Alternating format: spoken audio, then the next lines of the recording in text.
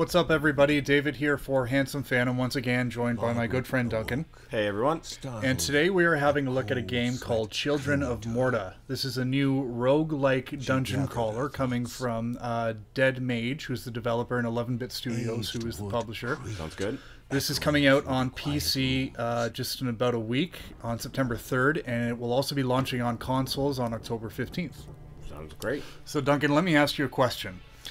I want you to picture your dad as a knight, your sister as like a mage, your brother as an archer, and you can be the rogue. Yeah, that's me. So imagine your family was sort of like this group of sort of like dungeon crawlers. That's basically what we have in Children of Morta. I'm not sure if you could actually picture that. Yeah, and my parents would not be great in this scenario. But how cool would that be? That would be pretty cool. It's a pretty unique approach to a dungeon crawler game, just because instead of having one individual who's sort of like the main character, the protagonist is actually this entire family. Most of what you're going to see in this footage here is me playing as the father. His name is John.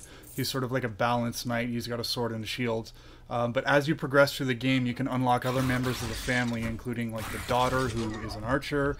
You can also get the son, who is, he's got 2 daggers, so he's kind of like that rogue. But it's pretty cool because you can play in many different ways depending on which member of the family that you actually want to sort of unlock. I'm really digging the artwork and the art style here. Yeah, it's cool. A lot of the environments are hand-drawn, and a lot of the characters and enemies are sort of pixel art, but it's a nice little... it's a good mix. Sort of fusion, yeah, so it's pretty cool. It's obviously inspired heavily by dungeon crawlers like Diablo, so if you're familiar with those games, then you'll be right at home with this. The basic gameplay loop is that you start out in your main house, which we'll see in a minute here, and you can use that to unlock different abilities. Sorry, who's that shooting arrows there? Oh yeah, so that's the daughter. I mentioned her earlier. She's yeah. So this is earlier in the game, and she's just kind of joined you. You can play this game local co-op, and the friend you're playing with can choose any one of the other family members that you've unlocked. I like that. Yeah, so it's pretty cool. So what you'll see in a minute here is sort of the starting point after you die. Which is the house, and this is where you can unlock different abilities. So you have things like your Uncle Ben's workshop. Yes, it is Uncle Ben. Too soon, man. He hasn't been killed yet.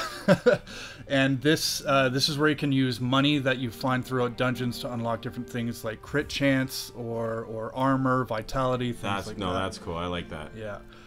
There's also a little area here called the Book of Rhea, and this is where you can unlock more chances at crits and stuff like that. Just different things dropping. You'll find sort of passive abilities called obelisks throughout dungeons. So there's a lot of things that you pick up, and again, this is a roguelike. So when you die, you keep all of the money that you find. You keep experience. But anything you pick up like obelisks or temporary abilities, you lose those forever.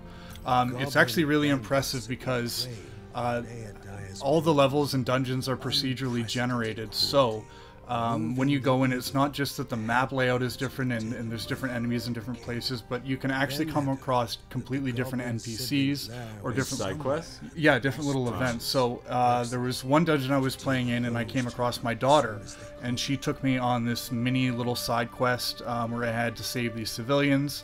There was another really cool one where I came across this wolf cub, and I had to save it from some enemies. Once I successfully did that, the wolf cubs came back to my house, and then in subsequent runs I had to find these healing mushrooms, and if I found those, I could heal the wolf cub, and it could actually become part of my group. Wow, so there's got to be tons of party members to add. Yeah, there's a handful. You saw them on one of the screens there. Sorry, it's here. So there's sort of the family. You can see the silhouettes of the other characters you can unlock. So it's pretty cool. At the end of each dungeon, you're going to find a boss, which I'm about to run into here. This is the first boss. Again, the basic gameplay loop is you start it in your house, you upgrade your abilities, then you go through the dungeons. Even if you... Why did it have to be a spider? I hate spiders. Yeah, there's a lot in the first area. Great. But, yeah, so again, you can upgrade stuff, and this first boss battle actually took me quite a few tries, but it was okay because even when I died, I was able to upgrade a lot of abilities because you keep all your cash and stuff like that. So So yeah, I'm actually really enjoying this game. I'm about 5 hours in.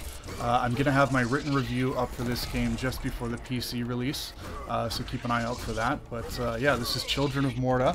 It's coming out in about a week or so. So yeah, I really urge everybody to check this out. I hope you and I can play this. We're definitely playing this. Yeah, for sure. Also, make sure that you subscribe on our YouTube channel here at Handsome Phantom, and you check our website where we have written and video content 5 days a week, as well as our podcast called the HP Podcast. Sounds amazing. Again, Children of Morta, make sure you check it out. Thanks so much for checking It's out. a goat man. There's 2 of them. Watch, another one's coming. Goat men are great. They're very scary. Oh, yeah. Let's just get more goat men. That's how you make good games. Awesome. Thanks so much, Duncan. Thanks, guys.